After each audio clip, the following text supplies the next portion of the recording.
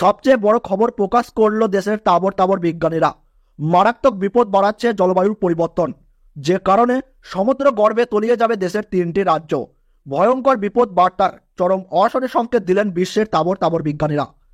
তো কবে, কখন, কোন কোন রাজ্যগুলি সমুদ্র গর্ভে তলিয়ে যাবে, কি এমন অশনি সংকেত দিয়েছেন, তো বিস্তারিত খবর জানিয়ে দেব এই ভিডিওটিতে। বিস্তারিত খবর জানতে হলে অবশ্যই ভিডিওটি শেষ পর্যন্ত মনোযোগ সহকারে দেখবেন। আর আপনি এখন যে জেলা থেকে ভিডিওটি দেখছেন, আপনার সেই জেলার নামটি ভিডিওর কমেন্ট বক্সে কমেন্ট করে জানিয়ে দেবেন। তাহলে আপনার জেলার নতুন কোনো খবর বেরিয়ে আসলেই আমরা আপনাকে জানাবো। আপনার কাছে ছোট্ট একটি অনুরোধ, ভিডিওটিতে একটি লাইক করবেন, সাথে চ্যানেলটি সাবস্ক্রাইব করে পাশে থাকা বেল বাটনটি বাজিয়ে দেবেন পরবর্তী লেটেস্ট খবরগুলো সবার আগে দেখার জন্য। তাহলে চলুন ভিডিওটিকে শুরু করা যাক।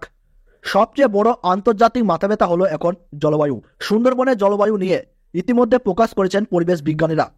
তবে শুধু সুন্দরবনই নয়, ওই সংস্থার দাবি পশ্চিমবঙ্গ সহ ভারতের 4টি শহর সমুদ্রের নিচে চলে যাবে।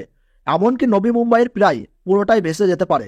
এক মার্কিন সংস্থা গবেষণায় জানা গিয়েছে 2050 সালে অর্থাৎ আর কয়েক বছরের মধ্যেই কলকাতার উপর দিয়ে বয়ে যেতে পারে এই সমুদ্রের জল। গত বেশ কিছুদিনের আমফান যশের সুন্দরবনের গরুমারা এবং মৌসুমী দ্বীপ কার্যত জলের তলায় চলে গিয়েছিল।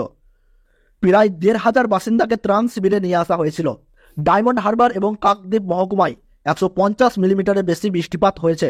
তার ফলে বন্যা পরিস্থিতির সৃষ্টি হয়েছে। বিশেষজ্ঞ মহলের দাবি, তাপমাত্রা বাড়ায় স্থলভাগের জল বাষ্পীভূত হচ্ছে বেশি মাত্রায়, তার জেরে খরা ও বন্যা বেশি হচ্ছে। 2040 সালের মধ্যে ভারতেও গুরুতর প্রভাব পড়বে, জানিয়েছে রাষ্ট্রসংঘের একটি রিপোর্ট। ভারতের অর্থনীতির রাজধানী মুম্বাইয়ে ইতিমধ্যেই বৃষ্টির পরিমাণ বেড়ে গিয়েছে। অন্যদিকে 2050 সালে 1.5 ডিগ্রি করে বাড়তে থাকবে তাপমাত্রা, যার ফলে বরফ গলবে এবং বাড়বে বন্যা পরিস্থিতি। অন্যদিকে জলবায়ু নিয়ে নতুন খসড়া চুক্তিতে জরুরি পদক্ষেপ নেওয়ারও আহ্বান রয়েছে। গ্রিন হাউস নির্বাচন বৃদ্ধি এবং তার প্রভাবে জলবায়ুর মারাত্মক পরিবর্তন নিয়ে চিন্তিত গোটা বিশ্ব। এই সংক্রমণ দূর করতে না পারলেই অচিরেই ভয়ঙ্কর প্রলয় নেমে আসতে পারে দুনিয়া জুড়ে। এই বিষয়ে শুক্রবার জলবায়ু নিরসনের ক্রিয়াপদ 26 সম্মেলনে নতুন খসড়া সৃষ্টি হয়েছে। সেখানে জলবায়ু পরিবর্তন সামাল দিতে বিশ্ব নেতাদের জরুরি ভিত্তিতে পদক্ষেপ নিতে আহ্বান জানানো হয়েছে।